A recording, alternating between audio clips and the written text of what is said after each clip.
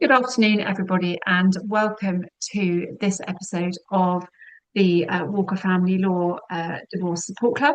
I'm joined today by Emily Green. Emily, would you like to introduce yourself? Yeah, so hi, I'm Emily. I am a solicitor in the divorce, finance, and children team. And yeah, we deal with all ranges of issues that go on and are here to help you. Brilliant, thank you very much. And my name's Claire Macklin. I'm a breakup and divorce coach. I work with clients alongside lawyers like Walker Family Law to help you navigate your way through divorce with dignity and with confidence. So today we are going to talk about divorcing a difficult personality and how to stay sane and strategic. Divorcing a difficult personality can be incredibly challenging. Some of the kinds of behaviours that we see, things like shouting, arguing a lot, putting you down, somebody who perhaps never listens, always believes that they're right, always believes that you were wrong, or perhaps somebody who just refuses to engage at all with the process. Or it might be that you have an ex-partner who was controlling during the marriage, and continues to try and exert control through and during the divorce process and afterwards as well. Perhaps by being very difficult around finances, perhaps by using your children as weapons, um, perhaps by alienating you from your friends and your family, bad mouthing you. Perhaps they threaten not to let you see your children unless you do X or Y or Z, or if you don't do X or Y or Z. And perhaps they make things up about you as well. So you can see just from that little list just how challenging and difficult this can be. And it can really leave you feeling overwhelmed, confused, really afraid, helpless, and angry as well, and a whole plethora of other emotions too. So today, Emily and I are going to look at some of the questions that our clients who find themselves in this sort of situation, some of the questions that they ask. And we're going to hopefully suggest some tools that you can use to help. So the first question that I get asked a lot is, why are they behaving like this? Why are they doing this?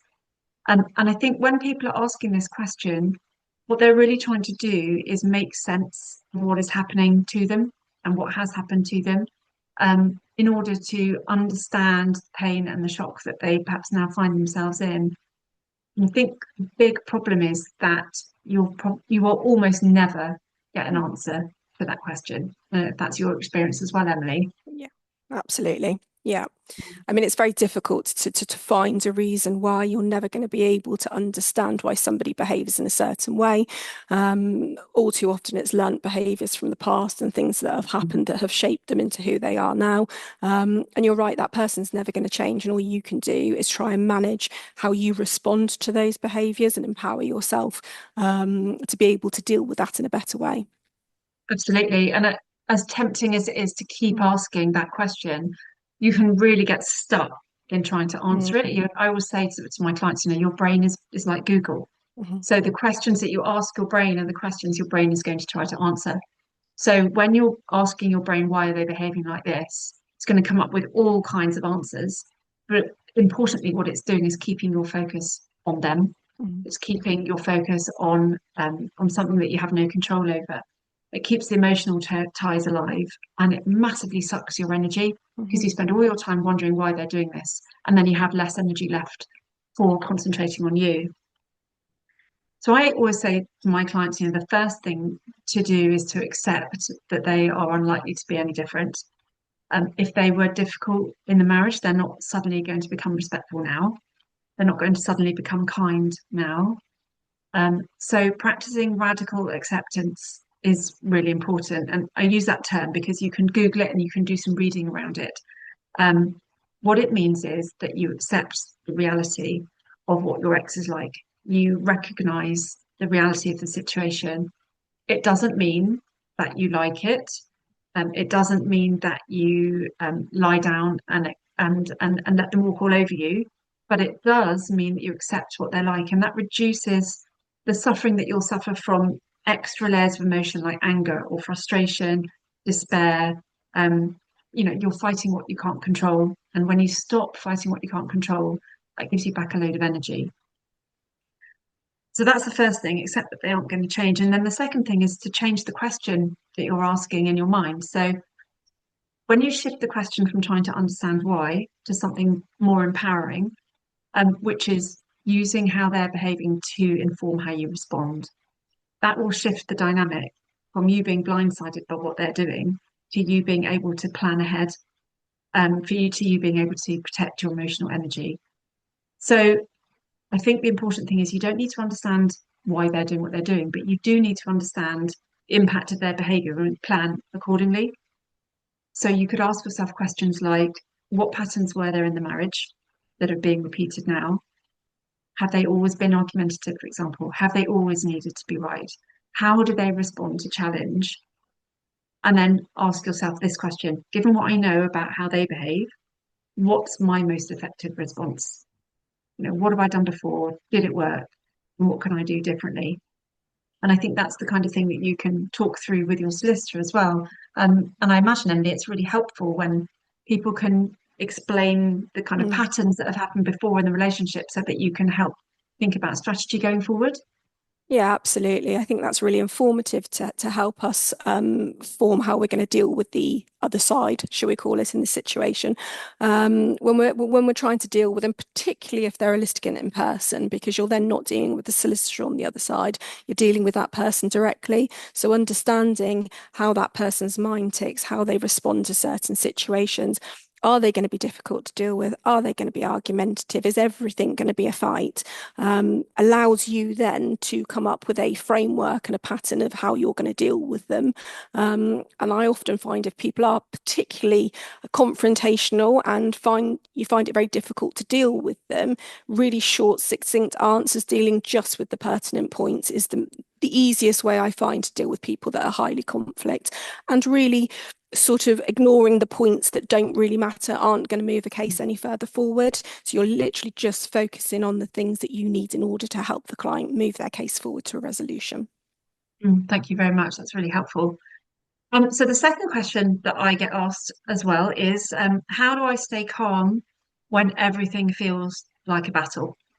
And I really empathize with this. You wake up every morning and you wonder what's coming in today. You hear an email ping into your inbox, Mm. or a message come on your phone, and oh, what is it now? Because it can feel really relentless. So some tools. First of all, practice that radical acceptance piece. That will free you from a lot of the stress of wishing they were different. But then there are other tools that you can employ as well. So some strategies to bring calm, to soothe your nervous system. So practice some breathing techniques. My favorite is box breathing. So you breathe in for 4, hold it for 4, breathe out for 4, and hold for 4. Very, very simple. Or there's a lovely one which you can use your hand for. So you breathe in as you move your finger up, breathe out, breathe in, breathe out, breathe in, breathe out. And you just keep going until you kind of feel your heart rate dropping, and you can feel a little bit of calm coming into your body. Those are really helpful. Um, Stopping and breathing before you respond. And I know that we talked about this in preparation for this, but never react immediately. Never react when you're feeling angry. Don't get involved in those tit for tat text messaging, going backwards and forwards. Take your time. I always say to my clients, well, when I was getting divorced the first time, I made myself stick to what I called the 24-hour rule. So I never replied to anything unless I absolutely had to and it really needed an immediate response. I left everything for 24 hours. Even if you reply to say, I've got your email, I'm taking advice, something like that. And I know that that's kind of similar to what you were saying just now, isn't it, Emily? Yeah, absolutely. I always say to my clients, if you can just take a breath, take a moment, have a think, don't respond immediately. As lawyers, we see so many text messages pinging back and forth, sometimes hundreds at a time. And it's always remembering that these types of things can now be attached to statements in court proceedings. They can be used as evidence in court. Really take time to think. Social media is obviously amazing in so many different ways, but it can be very prejudicial in cases like that we deal with on a daily basis. So it's really taking the time, not reacting on emotions, and really sitting back and thinking, okay, well, what do I need to respond to? what part of this message requires a response, and sort of deleting from your head the information that's not relevant, keeping things very short and to the point, and really taking your time to respond in the way that you want your response to come across. It has to be effective. It has to move things forward. What you don't want to do is be fueling a fire. We're not here to set any fires alight. The whole point of the whole process is to get from the beginning to the end in the least confrontational way as possible. And when you're dealing with somebody who is highly confrontational, you do not want to be fueling that fire. So taking your time, taking a breath, really thinking about your responses. I try to advise clients to respond by email because you have to sit down, you have to take your time. You're writing out a response. It's a lot easier to make that in a considered way when it's not sort of a tick for tat text message back and forth. So yeah, that's generally the advice that I give to clients. Yeah, absolutely. And going back to your point about social media there, Mm, I one of the first things I advise all my clients to do is to come off. mm, Take yourself off Facebook, yeah. take yourself off Instagram, Mm-hmm, or at least stop being friends with your ex or mm-hmm, following your ex and mm-hmm, looking at what they're doing, because mm-hmm. that's something that can really trigger Trigger, yeah, um, absolutely. a response in you. Mm-hmm, And as you said, anything that goes up on social media can mm-hmm, potentially appear in a mm-hmm, courtroom mm-hmm. and not and not do anything positive for your case. Absolutely. Some of the other things are that I advise clients to do in terms of keeping calm are to put some boundaries around Mm-hmm, when you look at stuff. mm-hmm. So, set yourself a boundary of I'm not going to look at my emails after 6 o'clock in the evening. Turn your notifications off. Maybe even, or turn the sound off on them or silence them. Or I think on WhatsApp you can archive some Yes. things. Mm-hmm, So do all those things so that you're actually making it hard for yourself mm-hmm, to go and look at those things on a regular basis. Um, because it's really important to protect your time, and perhaps to just look at these things maybe once a day, maybe even twice a week, depending on your situation. So I would say this is about controlling the controllables. mm-hmm, That would be the phrase I would use. And the other thing I'd say is create a really strong support team around you. That you create a strong support team in your friends. Make sure you spend time with your radiator friends, those people who support you, who lift you up. Not necessarily those people who fuel the fire, who get into the well with you, but the people who perhaps take you out of it for a while. Maybe you want to work with a coach. Maybe you want to work with a therapist alongside your solicitor. Maybe a financial advisor as well as somebody who can help give you some clarity that can help you find some calm in that storm. So that's some things around feeling calm. And the next question, I always get this when I start talking about control the controllables, is, well, what actually can I control in this situation? And I have a really nice diagram, which I'm actually going to just share on the screen very quickly, so that people can see it. I always use this, and I talk about the blue bit in the middle is the blue zone of power.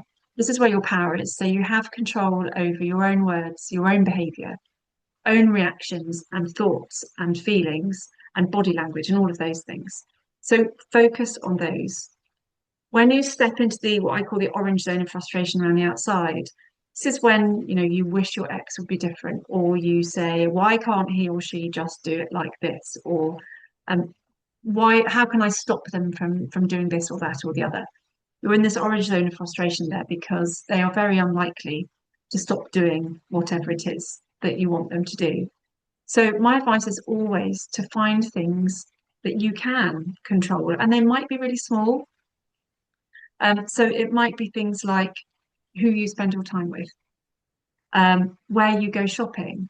So, if going to the supermarket at the same time every week as you always did with your ex-partner to the same shop, causes pain for you or triggers uncomfortable feelings, shop somewhere else, shop at a different time, shop online, maybe change things up a little bit. You can also control how you dress. So dress for how you want to feel is always what I say, rather than actually how you might feel at any particular time. You're always going to feel better if you put on something that makes you feel good, rather than putting on, I don't know, your manky old tracksuit that's seen better days. So there are lots of examples about how you can just control little things in your life that will give you back a feeling of having some level of certainty. Um, and also control the beginning and the start, sorry, the beginning and the end of your day. So have a routine in the morning and have a routine in the evening, for getting ready for sleep and so on. Because we all need to have a certain level of certainty in our lives. And when you're getting divorced, that level of certainty is massively reduced. There's so much uncertainty that you need to find little things in your environment that you can have some control over. Is there anything that you want to add to that, Emily? No, I think it's just picking up on the point that I think people do feel quite unsafe when they're in a divorce Mm. process. It's so uncertain. They don't know what's going to happen next. It's all quite frightening, overwhelming. And I think just controlling their own narrative in terms of the little bits that you've just pointed out, just bring back that little bit of control back into their life. So I think those are really practical and helpful tools, which will hopefully in time they will start to make the days a bit easier to get through. And once the days start to get a bit easier to get through, dealing with this process and building up your strength is going to make the process easier for you to manage, I would say, in the longer term. Yeah, actually, you've just reminded me of something else too, though, where you said, you can control your own narrative. Hmm. Think about how you're telling the story Hmm. of what is happening to you. I'm thinking back to my own divorce. It would have been very easy to say, "Oh, my husband left me, and it's dreadful, and it's Hmm. really awful, and I feel absolutely at the bottom of this big pit." And it would have been very easy to feel like the victim of Hmm. it. So what I did and what I encourage all my clients to do now is to start looking for times when they've done something that they might be proud of, or something that they couldn't do before that they've now achieved. Now, I remember mowing the lawn for the first time, and it sounds silly, but I mowed the lawn for the first time with this big mower, and I was really proud. So I started Hmm. making a list of those things, and actually, that gave me a different story to tell. First of all, to tell myself, but secondly, to tell other people. And then people started having a different reaction to me, which was Hmm. interesting. So it fed it. Hmm. So instead of, oh my goodness, that sounds really awful and I'm so sorry, I was starting to get a reaction of, wow, you're really strong, and you're doing an amazing job, which Hmm. actually helped to buoy me up. So thank you for reminding me of that one.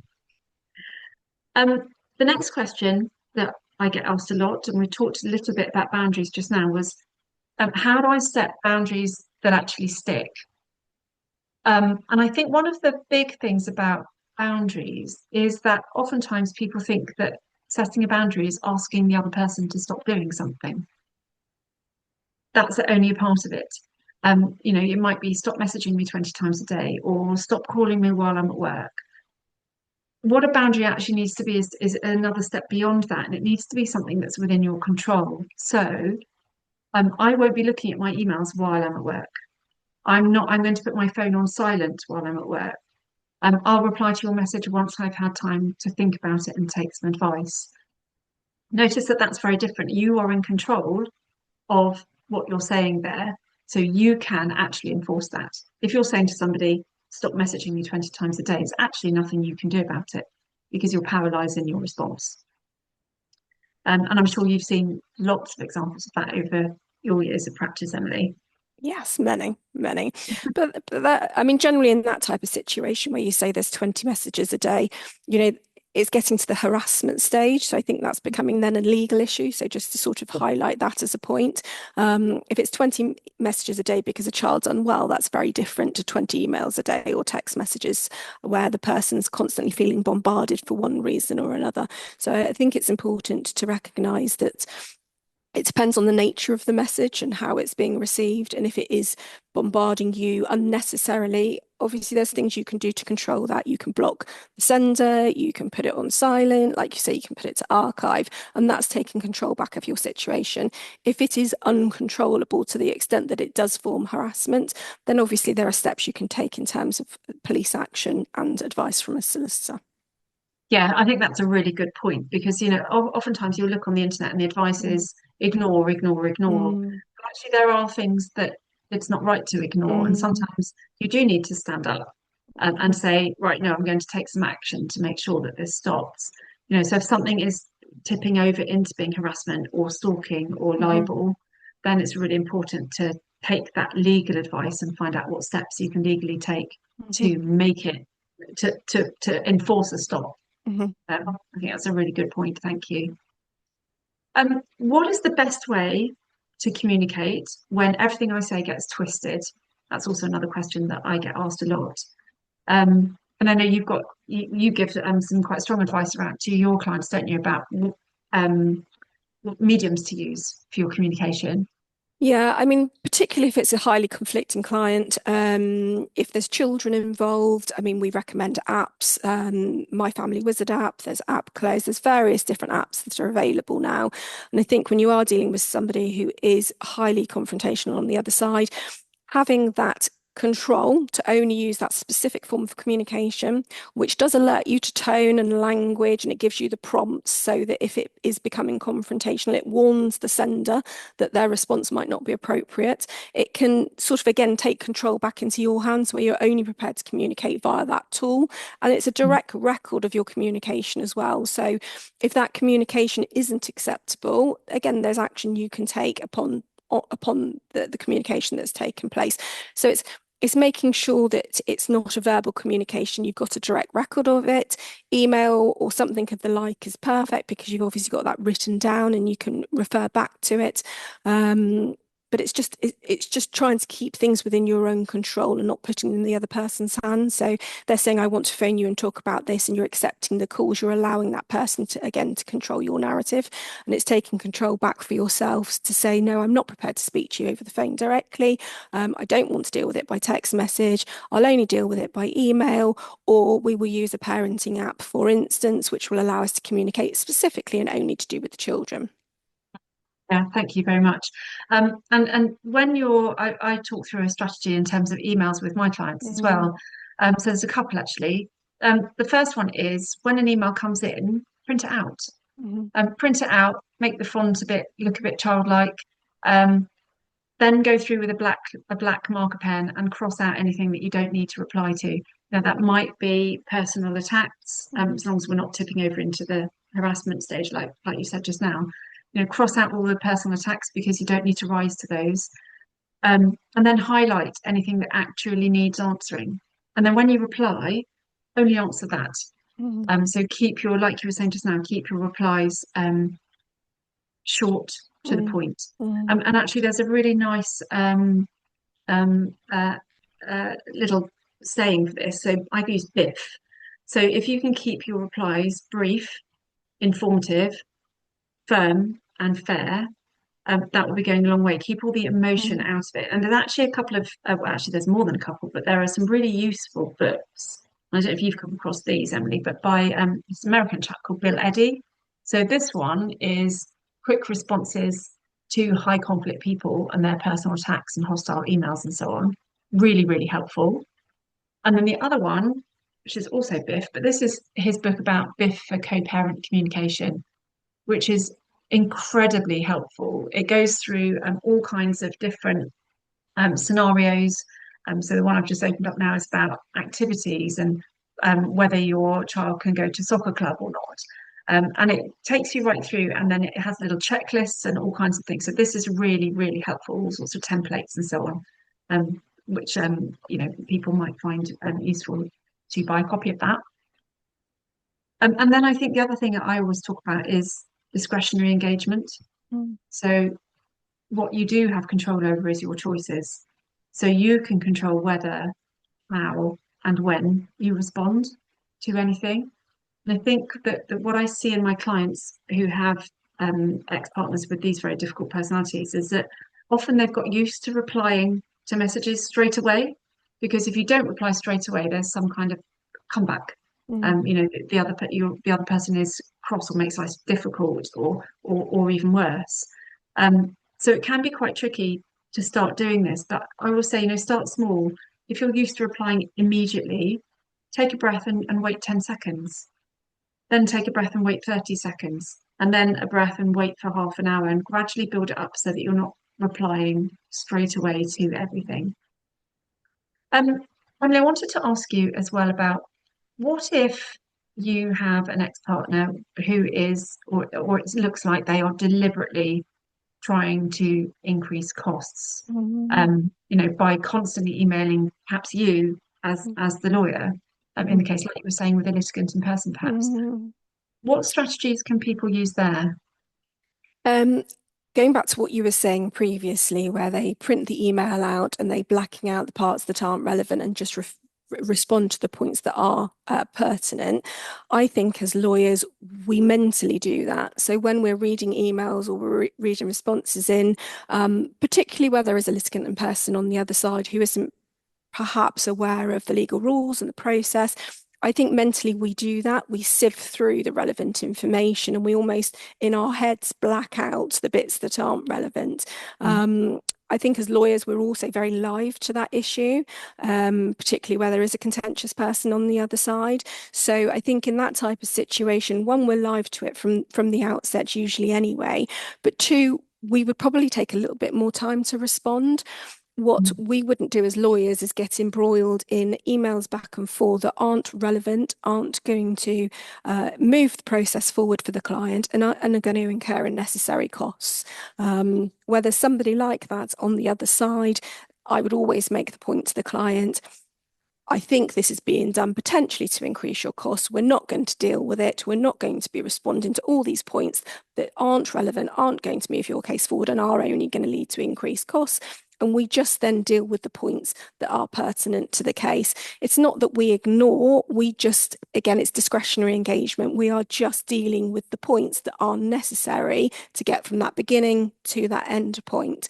And I think as lawyers, we are very, very live to that issue.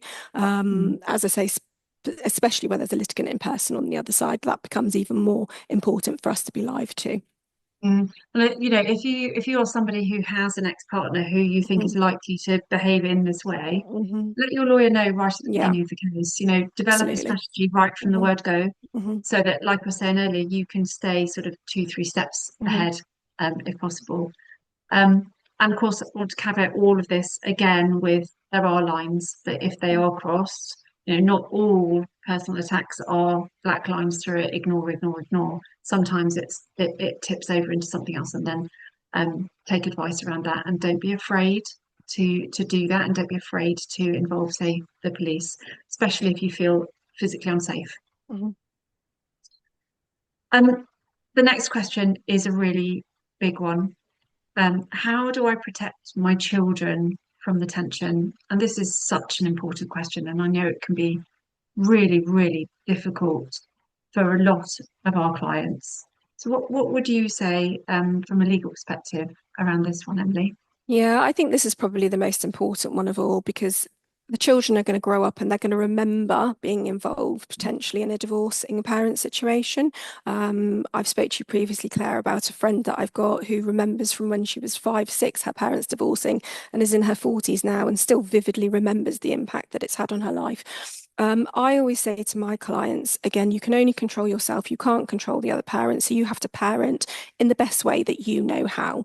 Um, Informing children in an age appropriate way, keeping your situation as stable and calm as you possibly can.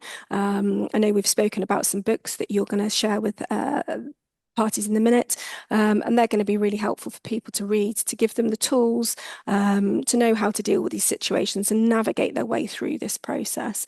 Mm, I think because the children are sort of right at the centre and the line of the divorce, they're the ones that we're sort of worried about the most. As lawyers, we obviously don't see them, we don't come into contact with them. So it's really supporting whichever parent you're dealing with through that process. Again, controlling their own situation and making sure that they are as safe and as calm as they can be because they can only control their own environment and they can't control the other person's environment unless it tips over, like we say, into a safeguarding issue. And then we would have to take more proactive action. yeah, I mean that chimes really well with the advice that I give clients. So, I often ask my clients, "And what kind of parent do you want to be? Mm, And how can you parent the way you want to on your time?" Um, it doesn't matter I mean, people often ask me, what happens if there are different rules at different houses? mm, It doesn't actually matter, mm. I don't Children believe. adjust, don't they? Mhm, Yeah, and this happened in my situation. So, something they were allowed to do here, they weren't allowed to do at their mm, dad's, or vice versa. I would simply say, well, dad has different rules to mhm, me. just the same as your friend Charles who lives down the road. His parents have a different rule. Different houses can have different rules, and I think, if you can be aligned on the big things, then that's brilliant. But if you can't be aligned on the big things, then sometimes it's a bit like that radical acceptance point again. Actually, you need to accept that you can't necessarily be aligned on everything. Which leads me into, if co-parenting is really difficult, co-parenting with somebody with a really difficult personality who perhaps um, what they tend to do is undermine you, or they rather than co-parent, they counter-parent, so they almost do the opposite of what you suggest. Then look at parallel parenting. I think, I talk to clients a lot who feel under a huge amount of pressure to be able to co-parent, and they feel that somehow they've failed if they can't co-parent with a very difficult ex-partner. If you were divorced from somebody who perhaps is narcissistic, it's really difficult to co-parent with somebody like that. So parallel parenting is often the answer. So parallel parenting, you parent your way, they parent their way, and you have as little communication as possible. Always, of course, bearing in mind the safeguarding points. If there is any question of the children being unsafe or in danger, then clearly you need to take advice and do something more around that. But parallel parenting is often the answer for a lot of my clients in the situation, because it takes away that kind of wanting to reach agreement with the other person when that becomes impossible. Um, Try not to involve the children in conflict between you.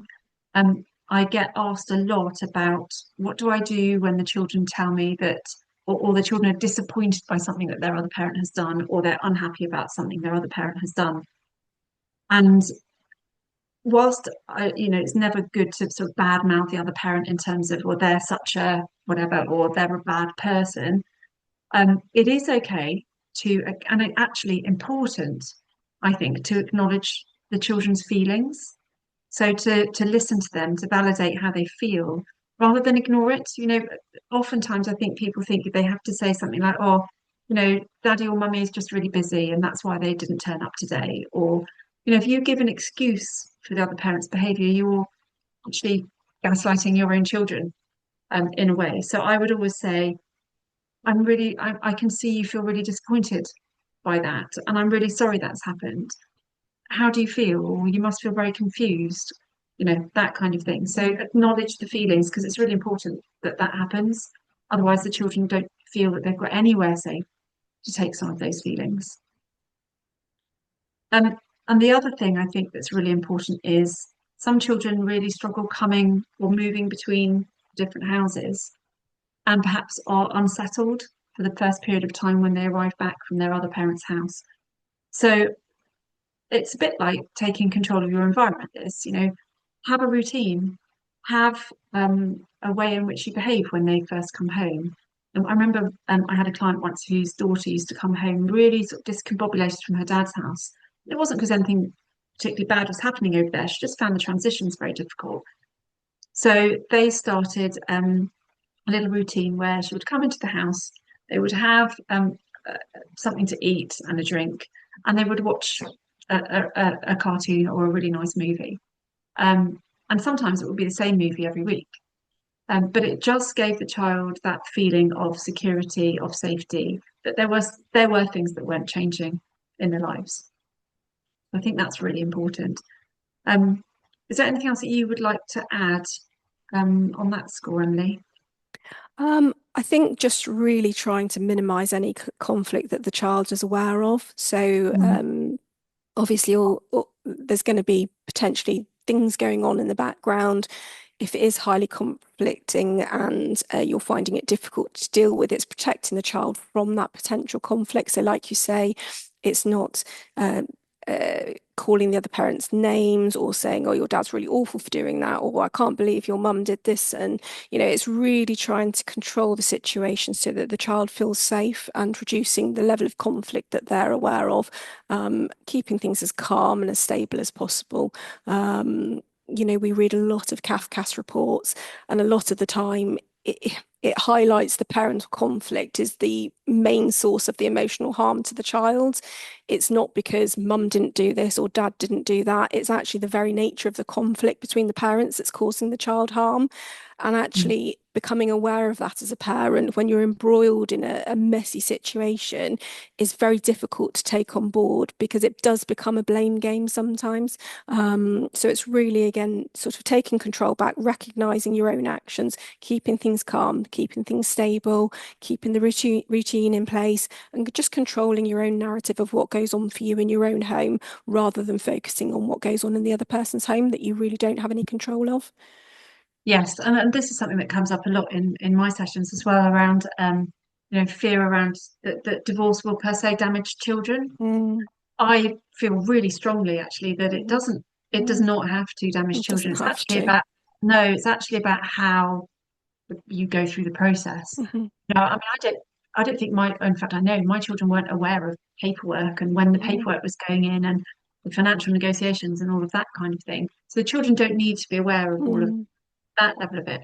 mhm, But if you're in a situation where imagine you're the child in a situation where your parents are calling each other names and mhm, criticizing each other all the time mhm, and saying what bad people they are.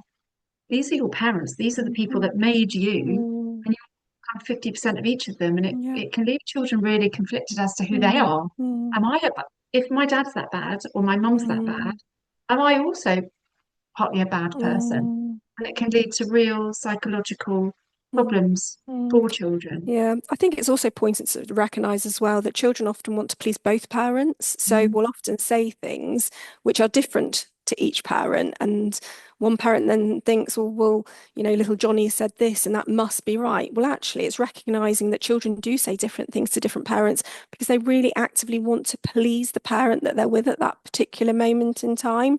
And it's taking a step back and it's recognising that, one, that's a possibility, which I find some parents don't often recognize that actually, inadvertently, the child could be the one that's causing some conflict in the middle because there is a lack of communication between the two adults in the situation, which is why it's so important to be able to communicate if you possibly can, because you can then iron out those difficulties. You can act as the parents, you can communicate effectively. That's going to be to the benefit of your child. Your child will then not feel like they have to please both parents when then they're in the other person's care. Mm. So it's just recognizing that children do really sometimes say different things to each party.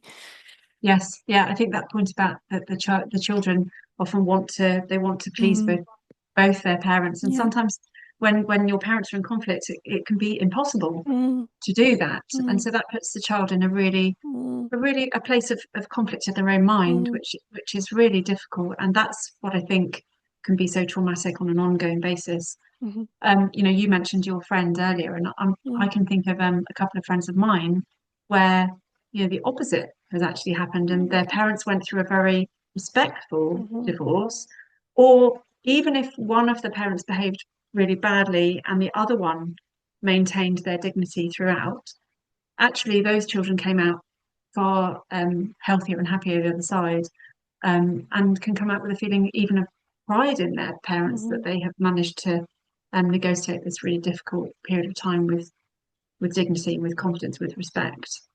mhm, So yeah.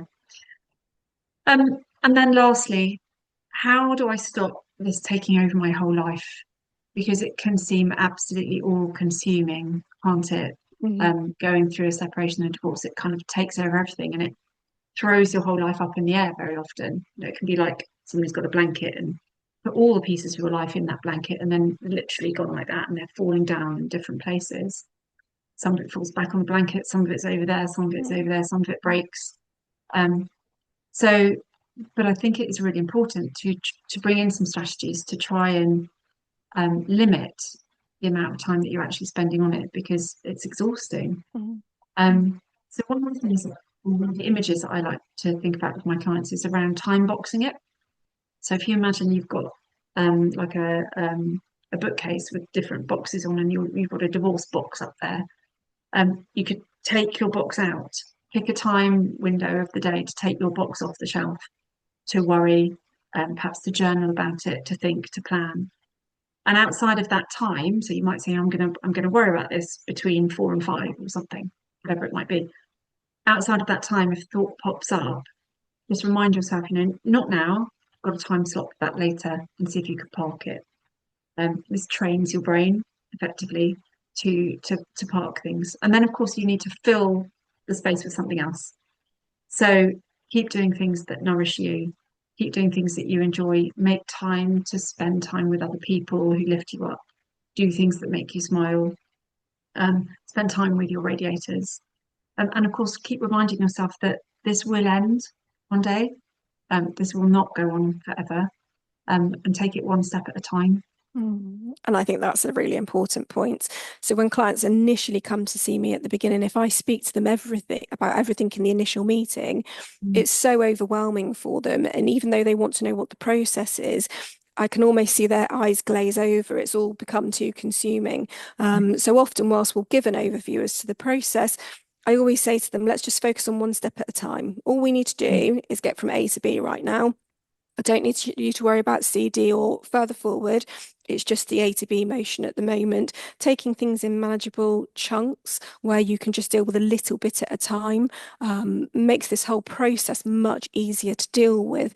If you try and deal with everything in one go, you're overwhelmed, it's chaotic, you feel unsafe, out of control.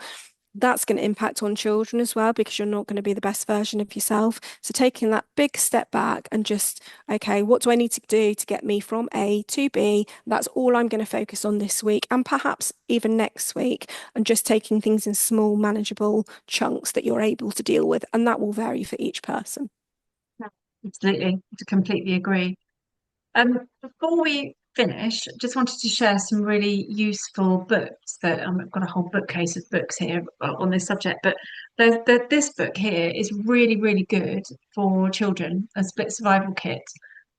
It has 10 steps for coping with your parents' separation in it. So it talks about, for example, there's a chapter on coming to terms with what's happened, how to recognize your feelings and deal with anger, managing your anxiety, navigating the way through. It talks also about things like how to manage if your parents put you in the middle. So it addresses some of those things that we've been talking about today. It talks about how to deal with different houses and different rules. It also talks about on into the future, new partners. If your mum or your dad has a new partner and perhaps there are even new step siblings or other children in your life, how to cope with those things. So it's a really, really useful book, and it's full of so like it's got sort of activities in it and things to fill in, and little prompts for journaling and writing and so on. I'd say it's probably best for perhaps age 10 plus, something like that. But that's a really useful book. I've mentioned the Biff books already, and then there are three books here that whenever I have a client who's dealing with somebody narcissistic on the other side, there are three books that I recommend to them. The first is this one, It's Not You by Dr. Ramani Durvasula. This is a really good, really excellent book. Lots and lots of strategies in here. And she's also on Instagram, so you can listen to her talking and doing podcasts and so on Instagram. That's an excellent book. And then there are two really good ones to help deal with strategy during the legal process. This is the first one, How to Divorce a Narcissist by Diana Jordan. This is excellent. Lots and lots of strategies in here around how to cope with family court. What if your ex is a litigant in person, or in fact you're a litigant in person even? Lots of things around parenting and so on. So this is an excellent book. And the last one is this one, Divorcing Narcissists, the Lure, the Loss and the Law. That's by Dr. Sapira McKenna and Karen Walker, who's a lawyer. This is really good as well. And Sapira McKenna's written some other books too about narcissism and leaving and so on and so forth. So this is an excellent book too. Lots and lots of strategies in here. I got my strategy about printing out emails and changing the font, etc., from this book. So it's got some really good practical stuff in. I hope that has given everybody a really good idea of things that they can do to help themselves and to take back some control over their situation. So just wanted to check whether you had any kind of last, magic pieces of advice for people. What would be the one bit of advice that you would give somebody in this situation? So I think short and succinct, create boundaries, empower and nourish yourself, and don't get drawn into a battle. Start as you mean to go on. Absolutely. And for me, mine would absolutely be control the controllables, Mhm. work out what you can and can't control and focus on that. That will Mhm. really help. So we will be back next month. I just want to thank Emily today for all of her expertise and inputting into discussion so brilliantly. So thank you very much, Emily, and thank you everybody who has been listening. And we'll see you next month.